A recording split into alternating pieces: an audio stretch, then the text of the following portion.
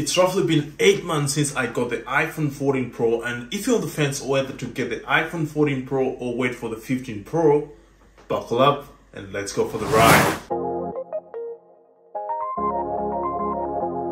If design is something you're keen on, for the most part, Apple maintained the same design language as the iPhone 13 Pro, other than the dynamic island and the introduction of the deep purple colorway. Out of the box, the stainless steel looks impressive, but I'd go against using it without a case and for a few good reasons.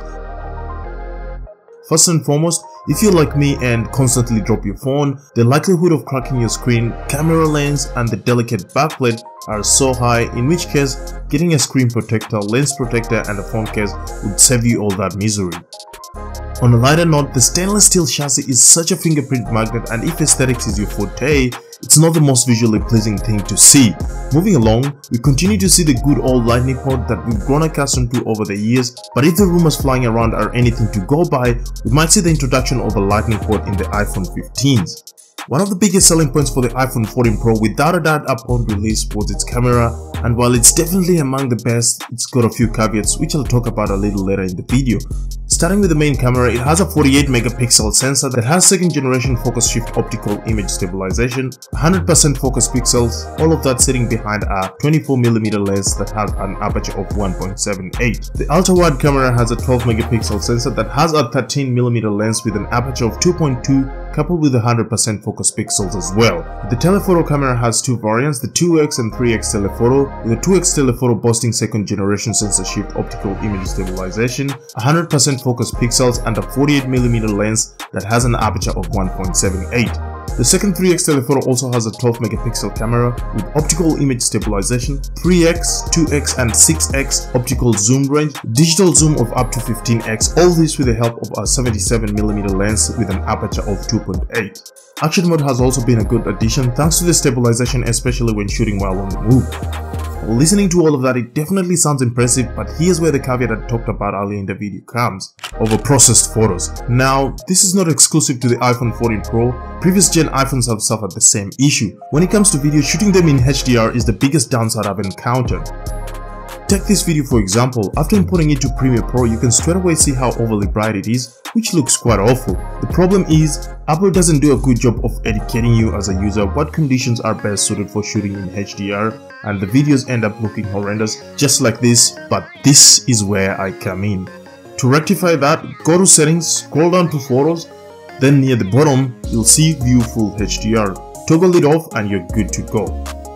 Speaking of toggling off, while at it, your eyes are automatically locked on the display. When it comes to the display, for the most part you'll be getting what was in the previous gen iPhone 13 Pro 8 months ago, minus the dynamic island, a bump in peak brightness to 2000 nits, and the new always on display, which I'll be getting into in just a bit.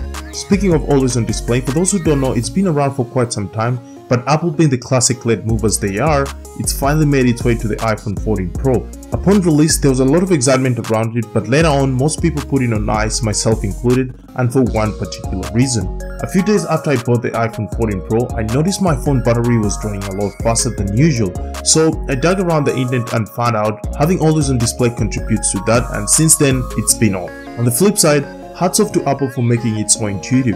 I've enjoyed seeing the screen fade out and the clock and dead pop, which is so satisfying.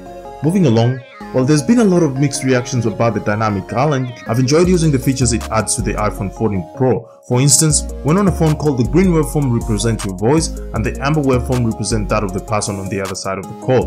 The interesting about it, the waveform is perfectly in sync with whatever media you play in the background. How cool is that?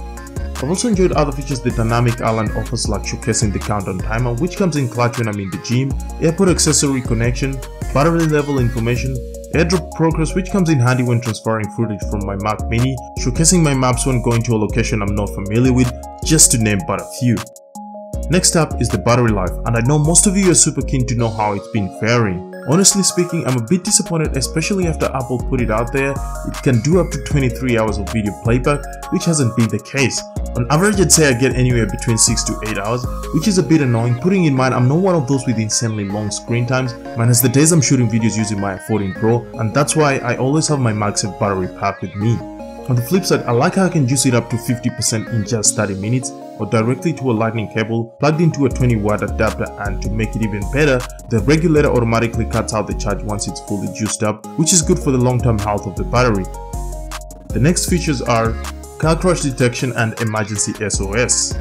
Luckily, over the past 8 months, I haven't had to use these features, but it's good to know they are part of the package. For those who don't know how it works, hardware sensors in tandem with advanced motion algorithms identify signs of a crash, which may include sudden changes in speed, direction, or if on a plane, cabin pressure.